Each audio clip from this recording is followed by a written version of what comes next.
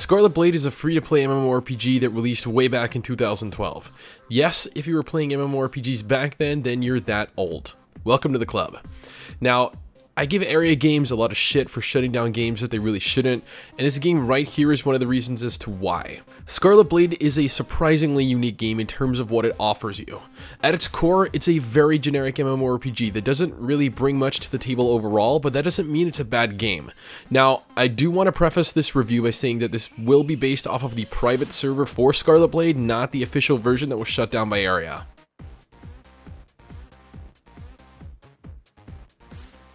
I will say that right off the bat, you're greeted by some of the most voluptuous female character models you will witness in an MMORPG.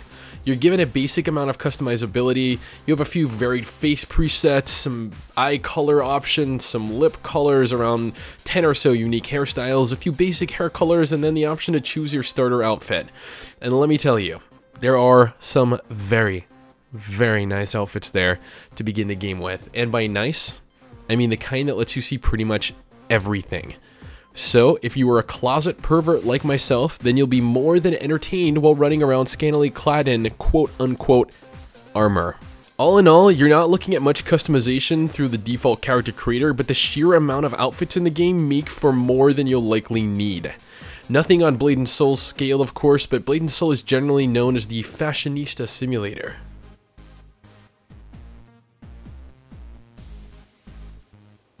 Gameplay in Scarlet Blade is about what you'd expect from a free title released in 2012. The character movements, combat animations, mount animations, they're all very, very low quality. Now, I'm not hating on the game. Scarlet Blade is just very dated. It feels dated. It looks dated, at least in some areas. I can't wrap my head around how stiff the entirety of the game feels. Moving around looks like you learn to walk by watching runway models slip and fall while half asleep. Riding around on your futuristic Mexical, yes, I called it a Mexical, feels like you died sitting on your grandmother's rocking chair and rigor mortis has been sitting in for a solid 12 hours. So, in essence, you're stiffer than most males get in the morning.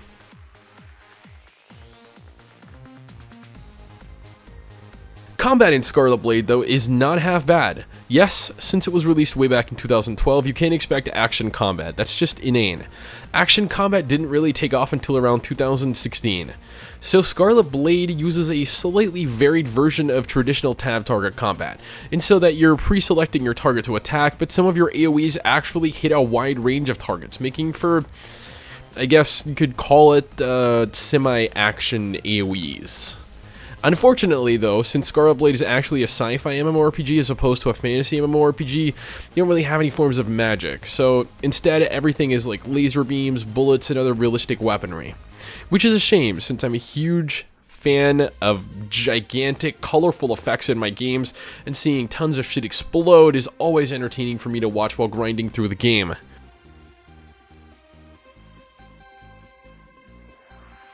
There are quite a few different classes in Scarlet Blade. You have the Defender, which is more or less the tank of the game. Then you have the Whipper. Yes, the Whipper. They just couldn't really think of a better name for the class that utilizes a whip. The Shadow Walker, the Punisher, which actually sounds like it could be kind of fun. The Sentinel, and then the Medic, which, you guessed it, is a tank. I mean, a healer. What this means is that, essentially, Scarlet Blade offers the class trinity of tank, healer, and DPS. Just don't choose Whipper. It is the dumbest sounding class ever. I'm not even kidding. It is worse than Battle Bow. I mean, come on.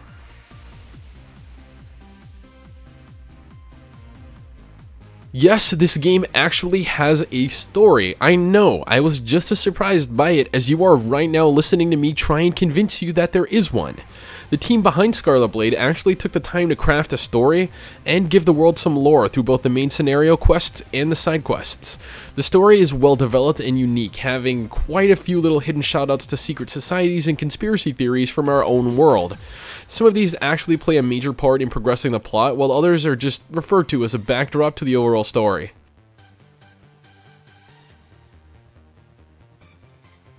Graphically, Scarlet Blade, at least with regards to the overworld, is fairly simplistic. It's not really all that great to look at, with scenery seemingly void of life and quite dull.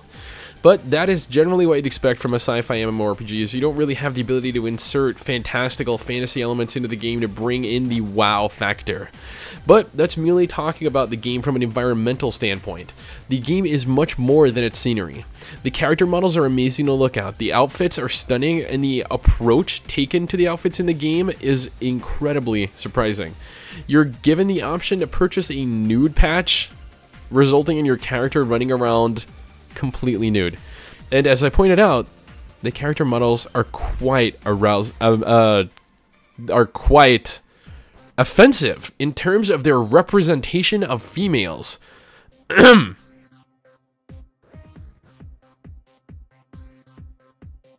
The game actually died off due to the player population drying up, but the player base that populates the private server is actually fairly active.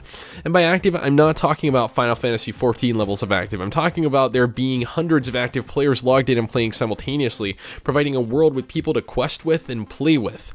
Now, like Aura Kingdom and all of Aeria Games games, many people stopped playing due to the poor handling of the game overall. This was the case here as well.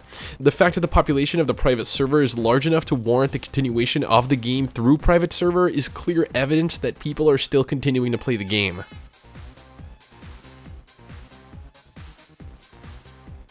Scarlet Blade's world is more akin to a game like Ion or Star Wars The Old Republic. You're given a large open area with the ability to freely roam, and each zone is separated from the rest of the world overall.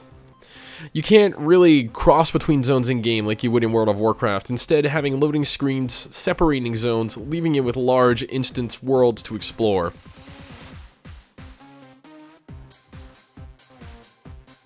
Now that we spoke about Scarlet Blade's world, let's go over a couple of the things you get to do throughout the game. Since, as we all know, whether or not you enjoy the game is dependent on what you can do in it. Dungeons, which are small dungeons that you group together with a group of people for. Questing, both through the main scenario and side quests. You're given the ability to progress through both your personal story and the zone story, leveling and learning about the world you currently reside in. The nightclub, a place that has a level requirement to enter and has incredibly attractive girls stripping and dancing for your pleasure. Not really PvE related, but worth mentioning here because technically it can be a grind. And unfortunately, that is more or less what Scarlet Blade has to offer in terms of PvE content, which for some of you may be disappointing, but then there is the other half of the game, PvP.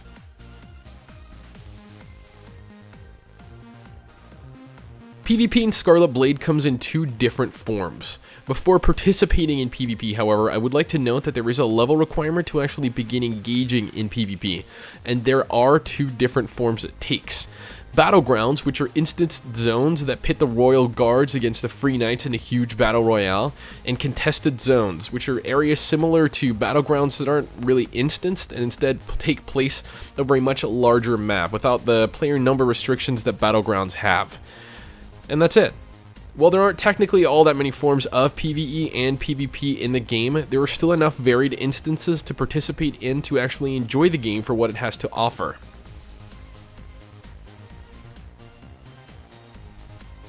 So, is Scarlet Blade worth playing in 2018?